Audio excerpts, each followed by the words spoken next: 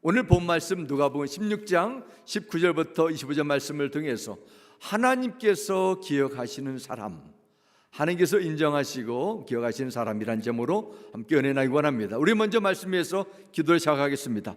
아버지 하나님, 오늘 이 시간 우리의 심령을 살리고 우리의 영을 회복하는 말씀을 받는 시간이 오니 성령 하나님, 우리를 다스려 주시고 말씀에 아버지 하나님 씨앗이 뿌려질 때 풍성한 결실을 맺고 결실의 기쁨이 우리에게 나타나도록 순종하는 믿음 더하여 주옵소서.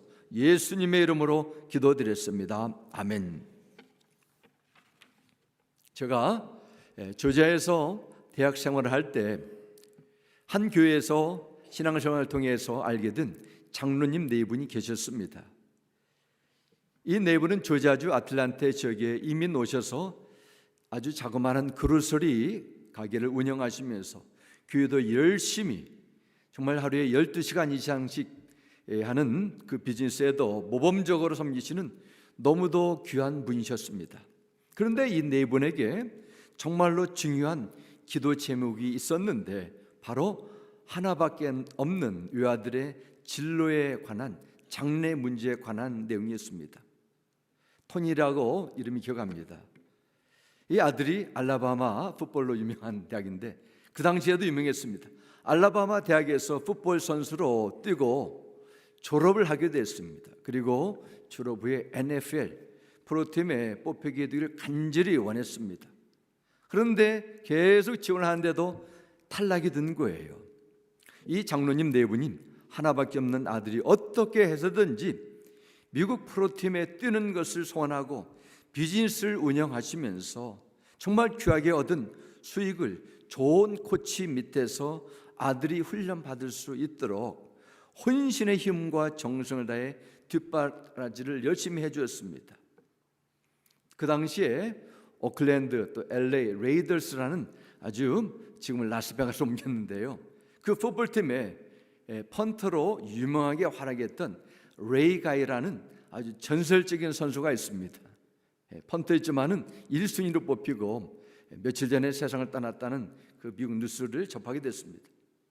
그런데 이 레이 가이 이분이 내가 그 포지션에서 은퇴하게 되면은 내가 토니 너에게 레이더스 팀에 들어가도록 도와주겠다, 그렇게 약속과 함께 재정적인 또 후원도 받게 됐습니다. 그 당시 이 장로님의 아들의 이 풋볼팀에 들어가기 위해서 저를 포함한 온 성도님들이 때만 되면 얼마나 합심 기도를 했는지 모릅니다. 주여 도와주옵소서. 기도가 빠지지 않았습니다. 3년이 지나고 5년이 지나도 아들은 레이 선수의 코치를 받으면서도 계속 훈련을 한다는 소식은 들었는데 계속 팀에 뽑히지 못했어요. 나중에 알고 보니까 아들이 팀에 들어갈 수 없는 것을 알면서도 그 많은 시간을 지내고 그 많은 공을 들였던 부모가 충격을 받을까 해가지고 사실대로 다 이야기를 하지 않은 거예요. 조금만 기다려한 것입니다. 감사하게도 이 장로님 네 분은 정말 받아들이기 너무 힘든 어려운 시간을 믿음으로 잘 극복하면서 주님을 열심히 섬기고 토니 이 형제도 다른 진로로 또 새 삶을 개척해 나가는 모습 지금도 눈이 선하게 떠오릅니다. 저는 그 과정을 통해서 세상의 진정한 성공이 무엇인가, 만약 내가 그토록 소원했고 바랐던 그 꿈이 산성이 부서질 때 하나님은 어떤 길로 인도하실까, 그런 여러 가지 생각을 해봤습니다. 사람은 모든 나름대로 성공한 인생을 살고 싶어 합니다. 돈을 많이 벌어서 부를 쌓고 알려지기를 원합니다. 스타가 되어 많은 사람들의 부러움의 대상이 되길 꿈꿉니다. 그러나 사회에서 물질적으로 성공했지만은 인생은 실패한 경우가 얼마나 많습니까? 성경에 보면은 사람이 만약 온 천하를 얻고도 자기 목숨을 잃으면 결국 아무 소용이 없다는 사실을 경고합니다. 따라서 우리는 이 짧고 빨리 지나가는 이 세상에서 무엇을 위해 살아가며 인생의 마지막은 어떻게 되는가를 깊이 돌아볼 필요가 있다고 믿습니다. 이것이 세상을 사는 성도의 지혜로운 삶의 방편입니다. 오늘 말씀을 통해서 성경에서 말씀하는 진정한 성공이 무엇인가를 함께 나누면서 여러분 모두가 하나님 앞에 귀하게 인정받는 믿음의 성공의 삶이 되시기를 주님의 이름으로 축원합니다. 무엇보다 오늘 본 말씀을 통해서 이 세상에서 성공과 실패에 대해서 함께 나누겠습니다. 먼저 성공한 부자에 대해 나누기 원합니다. 오늘 본문 말씀, 여러분도 잘 아는 말씀 가운데 부분으로 여겨집니다. 너무도 대조적인 사건이 나사로와 부자를 통해서 기록됩니다. 세상에서 호의호식하는 부자가 나오는가 하면 거지 중에서 정말로 알거지 거지로 보여지는 나사로의 인생이 나옵니다. 이 비유에 나오는 부자는 자색 옷과 고운 베옷을 입고 날마다 호화롭게 즐기는 사람이었습니다. 돈이 그냥 넉넉한 정도가 아니라 주체 못할 정도로 차고 넘치는 그런 형편에서 살았던 것 같습니다. 아마 오늘 대다수 사람들이 꿈꾸는 그런 삶의 모습일 수도 있습니다. 여러분도 경험하시면서 다 인정하실 것입니다. 세상에서 성공하는 일은 저절로 되지 않습니다. 남들이 놀 때 쉬지 않고 열심히 희생하며 포기하며 끝까지 인내하며 수고해야 돼요. 본문에 나오는 부자도 돈을 많이 벌겠다는 목표를 가지고 악착같이 돈을 모아서 부자가 되었을 것입니다. 이런 사람에게는 교회 모임의 시간을 사는 것 아까웠을 것입니다. 예배나 헌신이나 기도보다 오히려 더 많은 부를 축적해 나는 것이 훨씬 더 지혜롭고 미래를 준비한 일이라고 여겼을지도 모릅니다. 이 부자는 드디어 성공이 자신에게 돌아왔습니다. 돈을 많이 벌어 날마다 좋은 옷을 입고 좋은 음식을 먹으며 좋은 집에서 화롭게 지냈습니다. 부자도 자기 자신에 대해서 아주 자랑스러웠을 뿐만 아니라 주변 사람들은 이 부자 이름을 들을 때마다 무척 부러워했을 것입니다. 세상에 그렇게 사는 사람을 성공한 인생이라 말하기도 하고, 요즘 같으면 책을 통해서 또 유튜브를 통해서 많은 사람들에게 더 널리 알려질 수 있습니다. 반면에 오늘 본문에는 실패한 거지에서 나옵니다. 거짓 나사로는 부자와 너무도 아주 극명한 그 차이를 이루고 있습니다. 우리 함께 20절 21절 다시 보겠습니다. 그런데 나사로라 이름하는 한 거지가 헌데 두성이로 그의 대문 앞에 버려진 채 그 부자의 상에서 떨어진 것으로 배불리려 하며 심지어 개들이 와서 그 헌데를 핥더라. 이렇게 성경은 나사로의 형편을 기록하고 있습니다. 부자와 같은 동네에 살았던 나사로는 온몸이 헌데투성이었다. 온몸이 아픔에 투성했다는 것입니다. 아니, 가난도 서러운데 몸도 아파요. 그리고 부잣집 대로 앞에 버려졌습니다. 부자가 다 먹고 남은 버린 음식을 먹으며 목숨을 연명했습니다. 21절 말씀 보면은 그 부잣집에서 키우는 개들이 와가지고 이 나사로의 아픈 데를 몸을 핥을 정도로 정말 개보다 더 대우를 받지 못한 비참한 인생을 살게 됐습니다. 병들고 제대로 먹지 못한 나사로는 시름시름 앓다가 부자보다 먼저 죽었어요. 아무도 관심을 두지 않는 쓸쓸하고 초라한 죽음으로 마친 인생이었습니다. 거짓 나사로의 인생, 누가 보더라도 비극적인 인생, 실패한 인생이었을 것입니다. 세상 사람들은 이 둘을 보면서 누가 성공하고 행복한 인생, 내가 추구해야 될 그 삶을 살았다고 평가할 것입니까? 당연히 부자를 뽑을 것입니다. 하지만 우리가 아는 것보다 더 놀라운 사실이 본문에 담겨져 있습니다. 세상이 말하는 추구하는 성공과 실패의 기준이 아닌 영원하고 절대적인 성공과 실패의 기준이 있다는 것입니다. 우리 함께 영원한 성공, 영원한 실패가 무엇인가 오늘 본문을 통해서 보기 원합니다. 첫 번째, 영원한 성공자에 대해서 보기 원합니다. 나사로의 거짓 생활도 그 누더기 차림도 그가 고통스러워했던 질병도 대문 앞에서 걔가 핥을 정도로 고통당하는 현실도 죽음과 함께 다 끝나버렸습니다.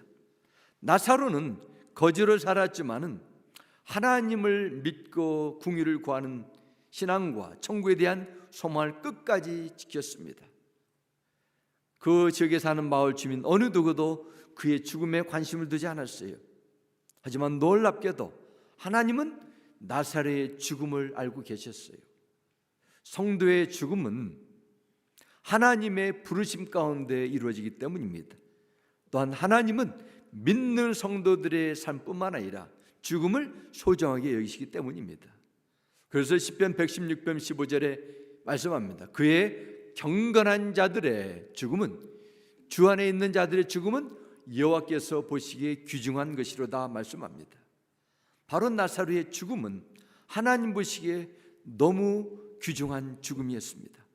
하나님은 천사들을 긴급히 보내 나사로를 데려오게 하셨어요.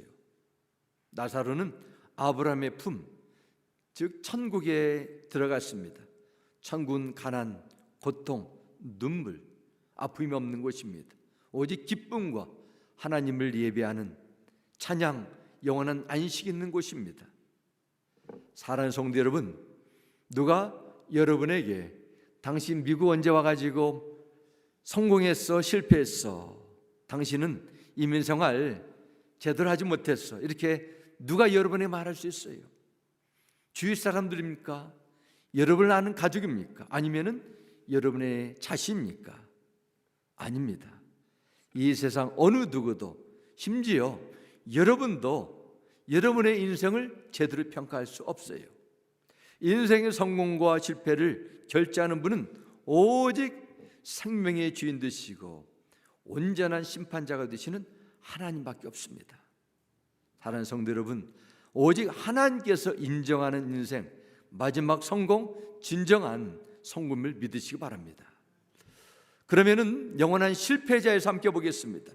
본문 말씀에 보면은 이 부자의 이름은 나오지 않지만 부자 하는 이름이 4번이나 나옵니다. 아마 큰 부자였던 것 같아요.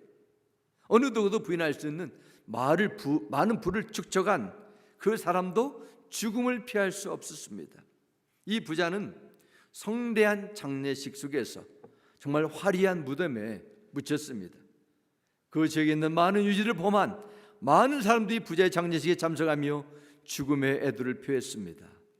그러나 22절 하반절을 보면은 부자도 죽어 장사됨에 그 죽음 이후에는 부자라는 이름이 나오지 않습니다. 그냥 그의 그. 23절에 저가 음부에서 고통 중에 여기서부터 저가 나옵니다. 부자가 죽은 후에는 재산과 돈과 집은 더 이상 자기 것이 아니었습니다. 문제는 부자가 죽은 후에 남긴 엄청난 재산이 아니었습니다. 유가족들은 재산을 가지고 싸우지만은 부자의 문제는 그거에 제한되지 않았습니다. 그의 영혼이 죽음 이후에 불못에 던져졌다는 것입니다. 불못은 마귀가 들어가는 것입니다. 우리 함께 24절 말씀 보겠습니다. 불러 가로되 아버지 아브라함이여 나를 궁일이 여기서 나사로를 보내어 그 손가락 끝에 물을 찍어 내 혀를 서늘하게 하소서. 내가 이 불꽃 가운데서 고민하나이다. 이런 고백이 있습니다. 부자는 뜨거운 불못 때문에 나사로의 손가락 끝에 물 한 방울만 묻혀서 달라, 이런 애걸하는 신세로 전락했습니다. 그러자 아브라함이 이 부자의 말을 듣고 25절에 이렇게 대답합니다. 그러나 아브라함이 말하였다. 애야 되돌아보아라.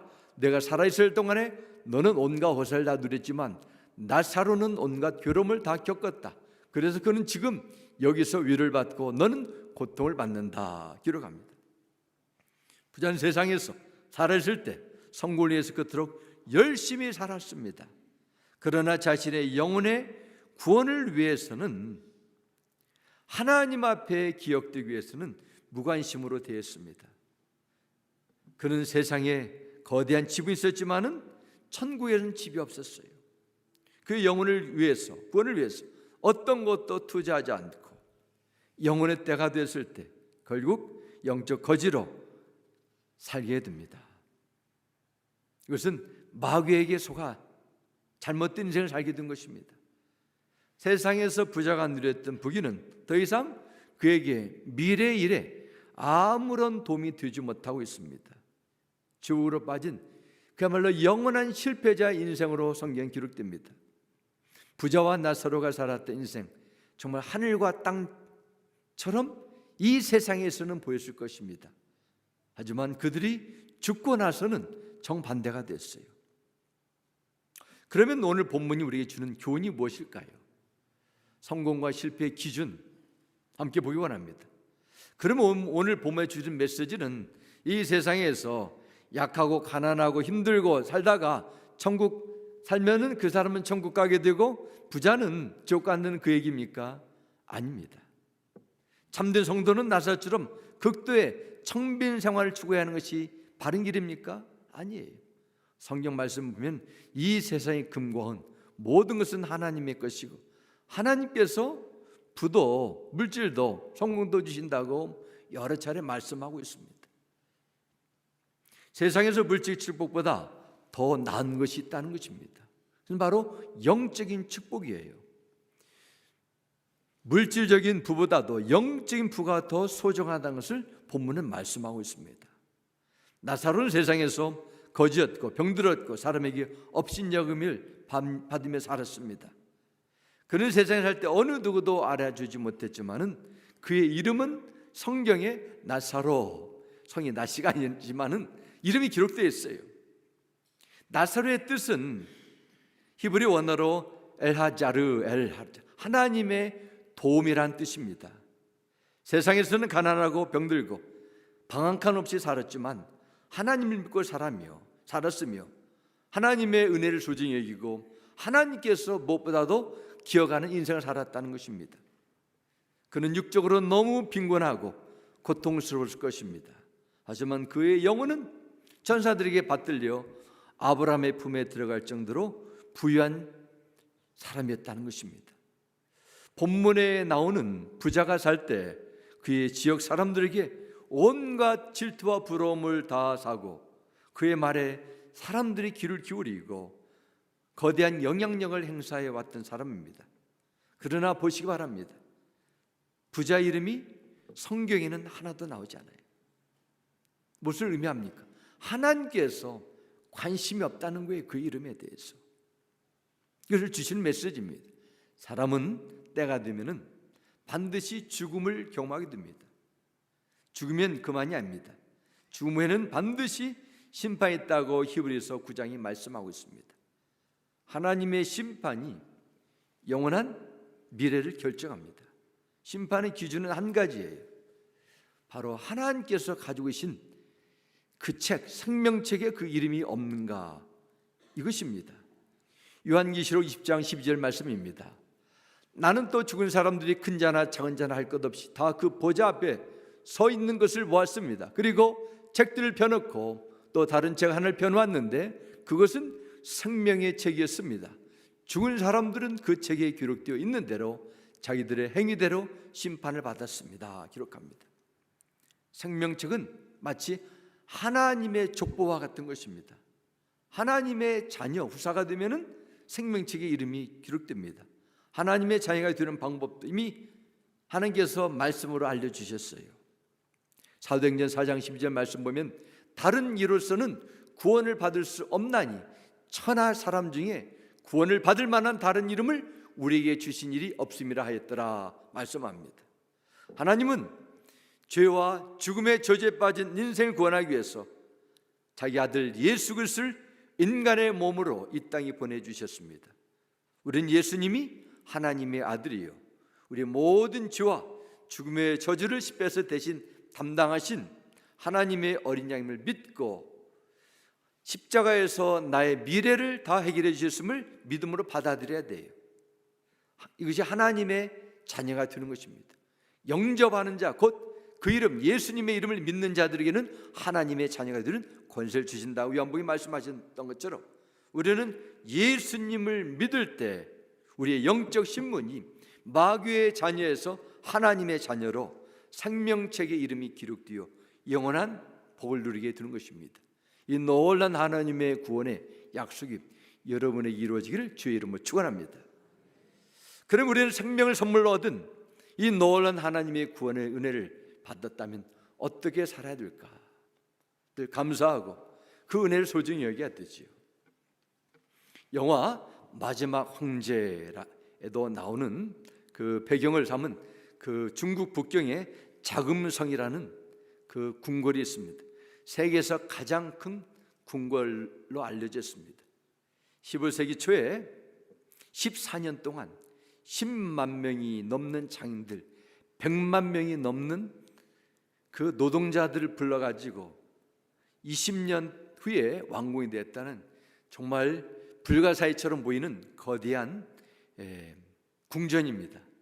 1421년부터 20세기 초반까지 약 500년 동안 명나라, 청나라 두 왕조 24명의 황제와 그 가족들, 왕실에 일하는 사람들 이곳에 살면서 중국을 통치하게 됩니다.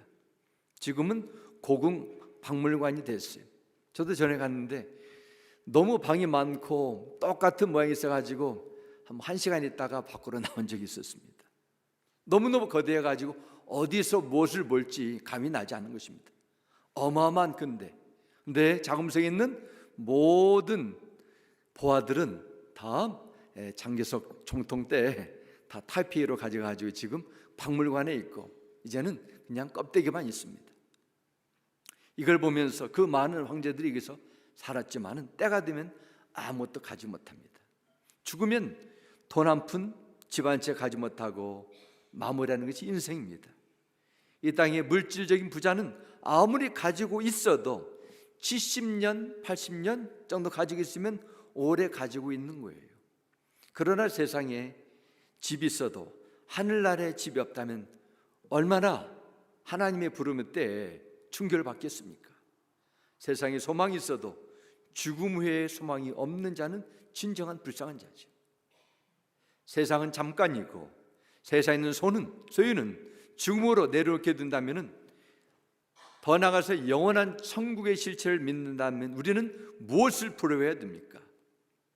누가복음 10장 말씀 보면 예수님께서 70인 전도자를 제자들을 보내셨을 때 귀신들이 항복하는 것을 보고 기뻐할 때 주님은 20절에 제자들에게 말씀합니다. 그러나 귀신들이 너에게 항복하는 것을 기뻐하지 말고 너희 이름이 하늘에 기록된 것으로 기뻐하라 하시니 말씀합니다. 빌립보서 3장 10절에 보면은 그러나 우리의 시민권은 하늘에 있는지라. 성도는 이 세상에 살면서 끊임없이 일어나는 어려움과 실패 속에서 힘들어 해도 예수 그리스도 안에 있는 세상에 어느 것도 끊을 수 없는 하나님의 사랑, 천국의 소망을 끝까지 붙들어야 돼요. 예수를 믿어 하나님의 자녀가 된 그리스도인들은 하나님의 은혜를 누리며 살아갑니다. 하지만 살아가는 이 세상의 현실은 하나님의 자녀의 신분을 받았어도 천국의 약속을 받았어도 끊임없는 어려움과 문제 속에 늘 직면해 있습니다. 그것이 성경의 가르침이에요. 우리가 자녀들에서 기도하는 것도 그렇습니다. 정말 세상이 너무도 험난하고 그들의 힘과 의지로 넘어설 수 없는 것을 알기 때문에 우리는 하나님의 은혜가 그들이 임하도록 계속 기도해 줘야 돼요. 그렇지 않게 되면 그들이 세상을 이기지 못하고 넘어지고 하나님을 무심하고 하나님의 약속을 벗어날 수 있습니다. 시편 73편 2절부터 5절은 이렇게 말씀합니다. 나는 거어 넘어질 뻔하였고 나의 걸음이 미끄러질 뻔하였으니 이는 내가 악인의 형통함을 보고 오만한 자를 질투하였음이로다. 그들은 죽을 때에도 고통이 없고 그 힘이 강건하며 사람들이 당하는 고난이 그들에게는 없고 사람들이 당하는 재앙도 그들에게는 없나니 이렇게 말씀합니다. 시편 기자가 세상을 볼 때 자기들 신앙을 볼 때 혼란스러웠어요. 하나님을 사랑하시고 살아계시고 하나님은 공의로우신 분을 믿고 왔는데 눈을 돌이켜 세상을 보니까 내가 살고 있는 주위를 보니까 하나님은 없는 것처럼 여기는 것입니다. 하나님을 대적하고 악을 행하는 사람들이 오히려 더 성공하고 행복하고 아무 어려움 없이 사는 것처럼 보입니다. 심지어 그들은 죽기 전에도 고통도 없이 남들보다 더 건강하고 재앙도 없는 인생을 살다가 떠난 것을 보았습니다. 그와 반대로 하나님을 믿고 정직하게 사는 자신은 종일 재앙을 당하면서 아침마다 하나님을 어떤 매맞는 것처럼 힘들게 살고 있습니다. 그래서 그는 고백합니다. 나의 신앙의 발걸음이 거의 실족할 뻔하였다. 이제 고백합니다.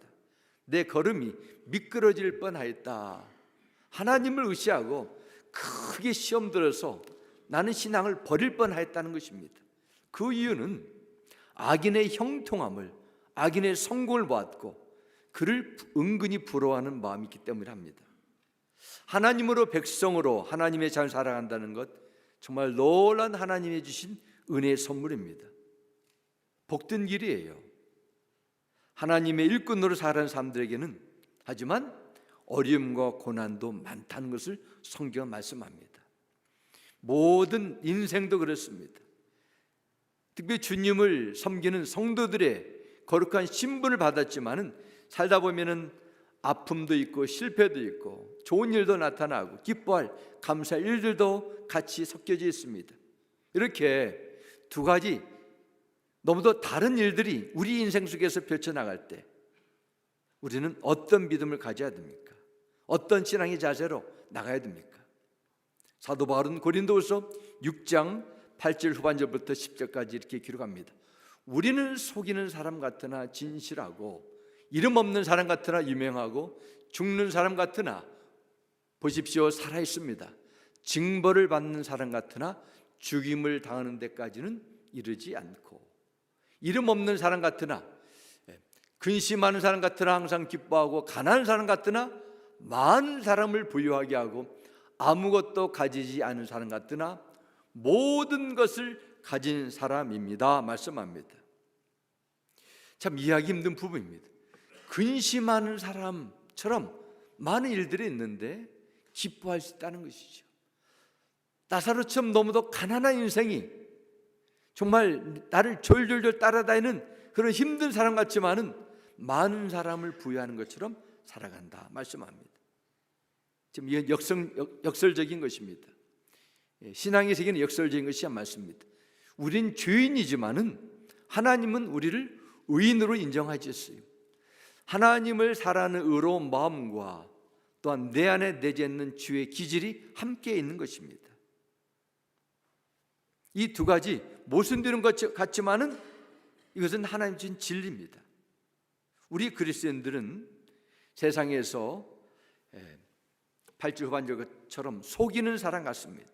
우리가 믿고 선포하는 신앙의 진리는 어떻게 보면 너무도 허구맹랑한 그냥 거짓된 종교적인 사상에 새누리는 것처럼 당신 그렇게 열심히 믿을 필요 없어. 성경에 나오는 내용, 교회에서 가르치는 그 모든 교훈 가르침 그 믿을 수 없는 거야. 당시에 속은 거야. 그런 말을 들을 수 있을 정도로 너무도 믿을 수 없는 내용들이 많습니다. 그러나 우리는 속는 것 같지만은 어떻습니까? 진실하다. 하나님의 말씀 가운데 거한다는 것입니다.